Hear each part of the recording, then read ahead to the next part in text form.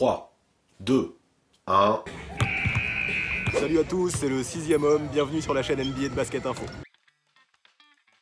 Aujourd'hui, c'est une vidéo spéciale que je vous propose. J'ai cru comprendre dans les commentaires que beaucoup d'entre vous appréciaient bien le chapeau. Et c'est bien frustrant pour moi car je reçois des tas de questions intéressantes et je réponds qu'à une part minime d'entre elles. J'en ai déjà quasiment une centaine en attente. Et encore, j'ai supprimé celles qui n'étaient plus en rapport avec l'actu. Alors du coup, j'ai eu envie aujourd'hui de faire ce petit contenu bonus où je vais répondre à certaines de vos questions en moins de 24 secondes. C'est un exercice qui me passionne, je vous l'ai déjà dit, et j'espère que cette vidéo vous contentera autant qu'elle me motive. Alors là, spécialement pour cette vidéo, je vais en tirer 15 au sort.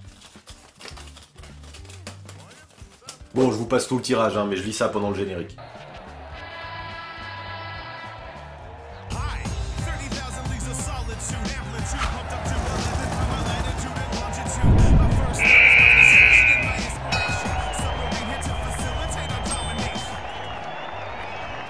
On commence par une question d'Henri Jules. Il me demande ce que je pense de la 3e saison de suite de Russell Westbrook avec un triple-double de moyenne. Chronomètre. Oscar Robertson était légendaire parce qu'en 1962, il a terminé une saison avec un triple-double de moyenne. Russ West en est à sa 3e. Donc ce que j'en pense, c'est épique. Il a réussi à rendre un truc impossible, banal. Par contre, est-ce que ça suffit pour gagner? Certainement pas. Au vu de l'adresse du marsupilami et de ses choix de shoot souvent suspects, la présence d'un Paul George dans l'effectif est nécessaire. Westbrook a des qualités athlétiques phénoménales, c'est clair. Mais cette saison montre que pour moi, il est davantage un lieutenant d'exception qu'un vrai franchise player pour une équipe qui joue le titre.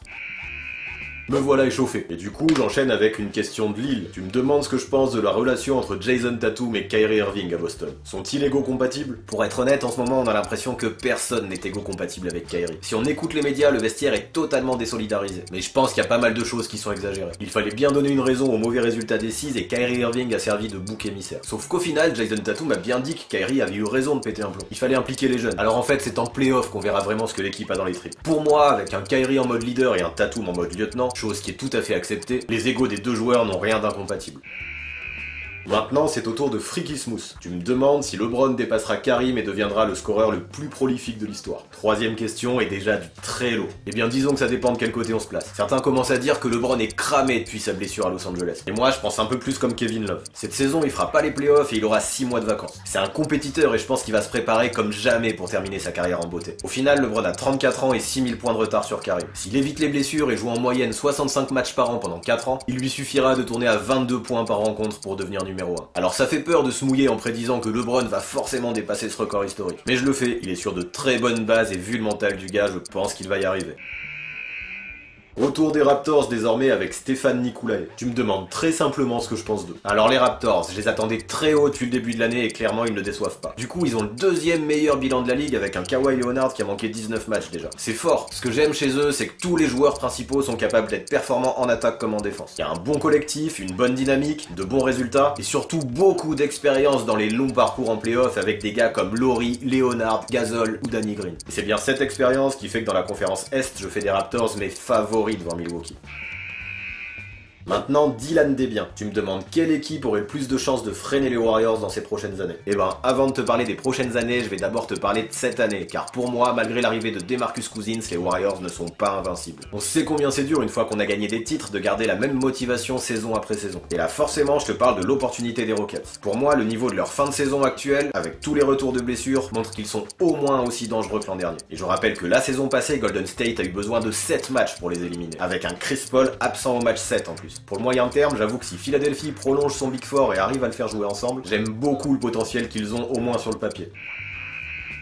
On continue avec une question un peu plus random de Gildas Bossi. Tu me demandes si un Ben Wallace pourrait arriver à se faire une place en NBA. La NBA de 2019, j'imagine. Eh bien, je pense que non, ce serait chaud pour lui de se faire une place dans la NBA actuelle. Ben Wallace a excellé à Detroit, dans un dispositif particulier mettant la défense et le jeu sur demi-terrain en priorité. Et ce n'est pas pour rien qu'il a percé chez les Pistons, mais n'a jamais réussi à faire aussi bien ailleurs. Alors honnêtement, aujourd'hui pour moi, ce serait difficile de lui faire une place. L'attaque a désormais un rôle prépondérant dans la NBA. Et je ne vois pas quel coach pourrait vraiment lui donner du temps de jeu. Aujourd'hui, un pivot, aussi bon soit-il en défense, on lui demande soit de courir, soit de scorer pour qu'il ait un tant soit peu un impact en attaque. Et Ben Wallace ne faisait aucun des deux.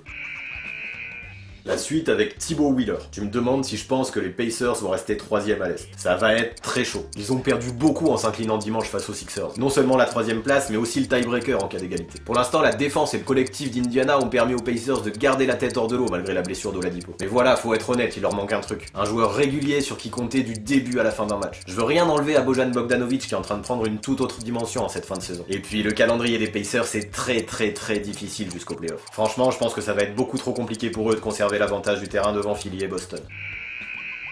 Une petite question de college basketball maintenant avec Jojo Barbinator. Tu me demandes si le trio de Duke composé de Zion Williamson, R.J. Barrett et Cam Reddish composera le top 3 de la prochaine draft. Pour moi, Zion Williamson et R.J. Barrett seront dans le top 3 de manière assurée. C'est plus difficile à dire pour Cam Reddish qui forcément souffre de l'ultra domination de ses deux superstars de coéquipiers. Son irrégularité inquiète. En parallèle, prenons le cas de Ja Morant à Murray State. Le gars possède des skills sur lesquels il est très difficile de faire une croix lorsqu'on possède l'un des 3 premiers choix de la draft. Donc pour ta question, c'est non. Même si tout dépendra forcément des besoins des équipes qui obtiendront les premiers choix et du buzz que créera la March Madness, je pense que Ja Morant sera choisi avant Cameron Reddish.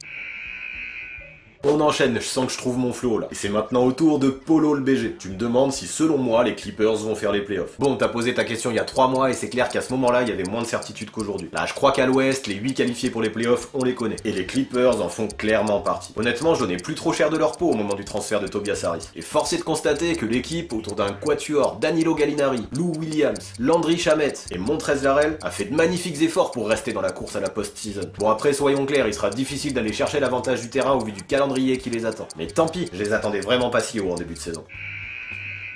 Et maintenant au tour de The Terem 87. T'es de Haute-Vienne comme moi? Bon, peu importe, tu me demandes si les Knicks vont attirer des stars cet été. C'est le but. En transférant Porzingis et Hardaway Jr à Dallas, ils faisaient tout pour obtenir le meilleur choix de draft possible, mais aussi avoir la place pour signer les meilleurs agents libres disponibles. La chance qu'ils ont, c'est que leurs 2 cibles principales, Kevin Durant et Kyrie Irving, sont 2 gars qui peuvent prendre des décisions complètement improbables et qui l'ont déjà prouvé. Tout le monde sait en plus de ça que le prochain qui réussira à faire gagner les Knicks rentrera dans la légende. Du coup, c'est clair, le terrain est archi favorable pour accueillir des stars. Mais la free agency est une science tellement incertaine, je peux pas affirmer qu'ils attireront des stars à coup sûr, c'est vraiment se jeter à l'eau avec une enclume. On passe maintenant à Johan Linard. Ah, je suis content que t'aies été tiré au sort, ça fait un moment que tu m'interroges. La question qui est sortie du chapeau, c'est est-ce que Frank Ntilikina a encore un avenir chez les Knicks? Pour moi, si les Knicks n'attirent pas de stars et nous recommencent une saison de reconstruction avec Dave Fizdale au coaching, le rôle de Ntilikina restera incertain. J'ai l'impression qu'à New York, on est constamment à la recherche du prochain jeune qui changera l'avenir de l'équipe. Alors on teste les gamins à toutes les sauces en espérant qu'ils deviennent des go-to guys, jusqu'à leur faire perdre confiance. Mais si tu fais venir des stars, l'objectif sera de les entourer avec les meilleurs role players possibles. C'est là que Frank peut avoir un vrai rôle. Des gars capables de défendre sur plusieurs postes comme il sait le faire, c'est une denrée rare en NBA. Donc pour moi, pour que Frank ait une place quelque part, il faudra faire partie d'une équipe avec une hiérarchie définie, mais qui a aussi des ambitions pour les playoffs.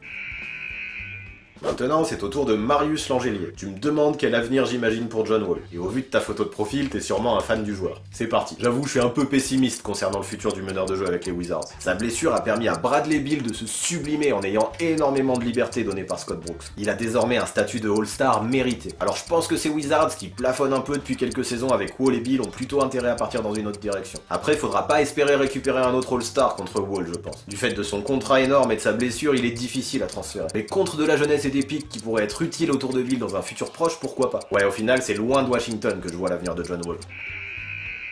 Go pour la suite avec Sébastien Dekens. On revient dans le thème des playoffs vu que tu me demandes si selon moi les Spurs y participeront. C'est un peu la même situation que pour les Clippers dont je parlais tout à l'heure. Au moment où je tourne la vidéo, les équipes présentent exactement le même bilan. Alors ouais, à ce jour, on est à peu près sûr qu'ils participeront aux playoffs. Mais honnêtement, je pensais pas que la saison des Spurs aurait été si difficile. Ils avaient réussi à faire bonne figure l'an dernier en étant pourtant privés de Kawhi Leonard pendant la majeure partie de la saison. Et je pensais du coup que l'arrivée de DeMar DeRozan serait une vraie plus-value. Et waouh, ils ont galéré. Mais bon, désormais la dynamique est bonne et le calendrier semble abordable. Alors pourquoi ne pas finir sur une série énorme pour obtenir l'avantage du terrain? Ça semble quasi impossible, j'avoue, mais au vu de la physionomie de la conférence Ouest, les Spurs seraient idiots de ne pas jouer le coup à fond.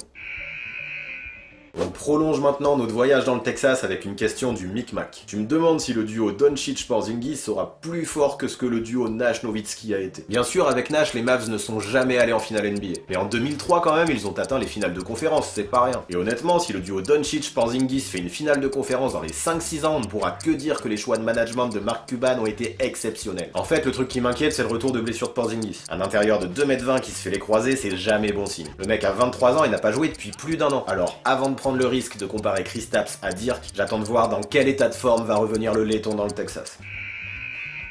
Et enfin, la dernière question est pour Amin Saïd. Tu me demandes par curiosité quel est mon joueur préféré et quel est mon GOAT. Eh bien, si c'est par curiosité, j'ai pas besoin de trop argumenter. Mon joueur préféré cette année, c'est Joel Embiid. Je kiffe son impact sur le jeu des Sixers, mais aussi son charisme qui rejaillit sur toute la ligue. Quant à mon GOAT, je vais te décevoir, mais je vais pas trop me mouiller. Le jeu d'aujourd'hui est incomparable à celui d'il y a 50 ans. Je donne les années 60 à Bill Russell, les années 70 à Karim Abdul-Jabbar, les années 80 à Larry Bird, les années 90 à Michael Jordan, les années 2000 à Kobe Bryant et les années 2010 à LeBron James. Mais bon, si on procède toujours par décennie, je dois quand même avouer que Wilt Chamberlain, Oscar Robertson, Magic Johnson, Shaquille O'Neal et Tim Duncan ne sont vraiment pas loin derrière. J'espère que cette première édition de la FAQ du chapeau vous a plu. N'hésitez pas à me dire en commentaire si ça vous tente que je recommence d'ici quelques temps, ou si vous préférez que j'utilise plutôt mon énergie à faire les formats habituels. Comme je l'ai dit, moi j'aime bien faire ça, mais je suis pas sûr que ça vous intéresse tous. Donc vraiment, n'hésitez pas, je veux des retours dans les coms. Et puis pour l'épisode suivant, ne restez pas trop loin, car je vous concocte une petite vidéo avec Evan Fournier en guest au Madison Square Garden. J'espère qu'elle va être très lourde. Pour ne pas la manquer, comme le dit Théo Malédon, abonnez-vous à la chaîne 6ème Homme. Et activez la cloche en bas pour avoir les notifications. Tiens, t'es là toi? Pour le reste de l'actu, c'est sur Basket Info. Vous pourrez à nouveau y trouver un excellent épisode de l'Écho des Parquets qui dans son podcast fait le bilan des intérieurs de la QV Rookie de cette année. Franchement, ça vaut le coup avec des analyses très poussées à propos de DeAndre Ayton, Marvin Bagley ou Jaren Jackson Jr. notamment. Tu mettras le lien dans la description. Puis évidemment, ce qui me ferait plaisir comme d'habitude, c'est que vous continuiez à mettre des petits pouces bleus pour soutenir votre rubrique et promouvoir la chaîne. A très vite.